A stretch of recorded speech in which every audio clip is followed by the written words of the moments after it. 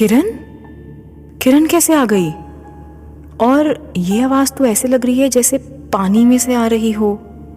किरण गा कर क्यों बोल रही है? मेरी नजर उसके बेड की तरफ गई।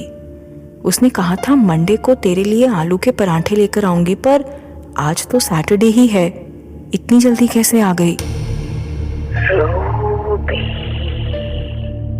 दरवाजा खोलो। मेरे कान गर्म हो गए। बाहर बारिश और तेज हो गई थी और मेरी धड़कन उसी रफ्तार से बढ़ रही थी। मेरा दिमाग कह रहा था कि किरण अभी नहीं आ सकती, पर मेरे कान कैसे मान लें? वो तो उसकी आवाज़ सुन रहे थे।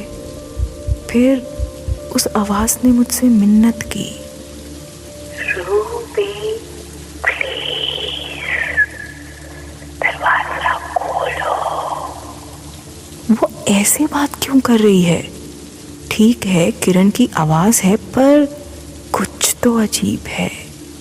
मेरी आंखें बंद होने से भी डर रही थी कि अगर गलती से भी पलक झपकाई तो पता नहीं क्या पिक्चर बन जाएगी। बारिश हल्की पड़ गई और वो नॉक दोबारा नहीं हुआ। कुछ देर बाद जब नॉक नहीं हुआ तो मुझे नींद आ गई।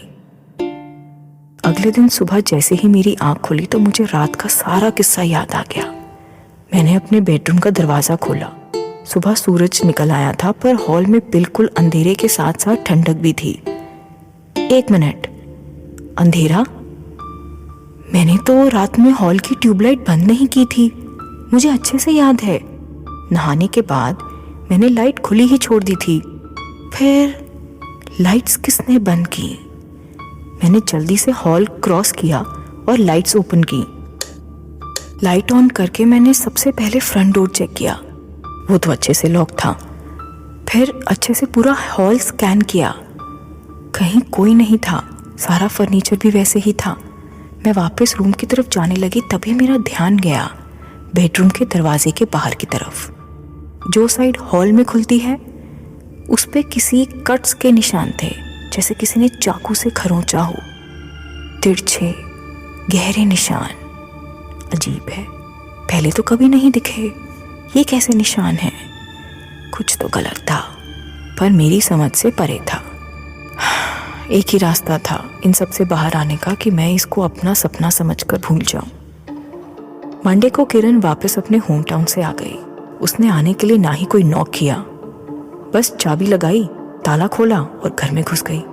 आते ही उसने घर से लाया हुआ टिफिन मेरे सामने रख दिया और उसमें रखे आलू के पराठों ने मुझे एकदम दुरुस्त कर दिया। मैं जैसे जैसे वो आलू के पराठे खाती जा रही थी, किरण अपनी सारी बातें बोलती जा रही थी। दूसरा नाम कहूँ तो चैटर बॉक्स से कम नहीं थी वो।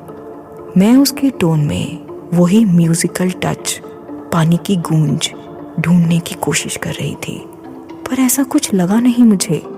उसने जिक्र भी नहीं किया दरवाज़ा खोलने का या रात को आने का। ये हफ्ता तो बहुत आराम से गुजर गया। बारिश दूर रही दिल्ली से। अपने रेगुलर क्लासेस और कॉलेज के रूटीन में मैं इतना बिजी हुई कि ऑलमोस्ट वो हादसा भूल गई। लेकिन शायद ज़्यादा देर तक उसे भूलना मुमकिन नहीं था। इस फ्राइडे पे किरण फिर अपने होम टाउन गई। पीजी में फिर मैं बिल्कुल अकेली थी। शनिवार को सुबह से बारिश का मौसम नहीं था, पर अचानक दोपहर में ही काले बादल छा गए और बारिश होने लगी। इस बार बारिश की आवाज़ मुझे सुकून देने की बजाय घबराहट दे रही थी। कभी कभी दिल बता देता है कि हमारे साथ क्या बुरा होने वाला है। मैंने माँ को फ़ोन लगाया। थोड़ा अच्छा लगा उनसे बात करके। माँ की तो आवाज़ में ही सुकून होता है ना। पता नहीं, उनसे मिलने की चाह जाग उठी और मैंने कोई बहाना बनाकर फ़ोन काट दिया। अभी फ़ोन काटा ही था कि मेरे कमरे के दरवाजे पे इस बार मैं पूरी तरह सचेत थी। कोई नींद नहीं आ रही थी मुझे, किसी भ्रम में नहीं थी मैं। I was fully awake. मुझे अच्छे से याद था मैंने बाहर का मेन गेट और अंदर का डोर लॉक किया है। कोई भी हॉल में नहीं आ सकता। जब से किरण गई थी तब से मेरे अंदर का एक हिस्सा तैयार था। रूबी, दरवाजा खोलो ना, तुम मुझे सुन सकती हो, है ना? रूबी।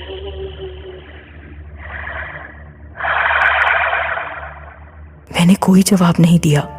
मैं एक टक दरवाजे की ओर देख रही थी। रूबी, दरवाजा खोलो प्लीज। किरण की आवाज ठीक वैसे ही आ रही थी, म्यूजिकल। मैं हिली भी नहीं अपनी जगह से। फिर उस आवाज में एक तीखापन आया, जैसे जैसे जैसे वो मुझे कोई ऑर्डर दे रही हो। रूबी, दरवाजा खोलो। मेरे मुंह से खुद ब खुद निकल गया, नहीं। मेरा ऐसा कहना ही था और अचानक उस आवाज में जैसे शैतान आ गया हो। दरवाजा खोल चीनी मीनी। ये तो वही बातें थी, वही जो पिछले हफ्ते उन लड़कों ने मेरा रास्ता रोक कर कही थी। ये तो सारा ह्यूमिलिएशन, सारी बेइज्जती जो मेरे साथ हुई, चीनी मीनी, और वो सब मुझे दोबारा याद आ गया। मुझे लगा दरवाजा टूट गया, पर वो बिल्कुल अपनी जगह पर था, जैसे कुछ हुआ ही ना हो। तुम किरण नहीं हो। मैंने अपनी आंखें बंद कर ली और तकिए से अपना मुंह ढक लिया।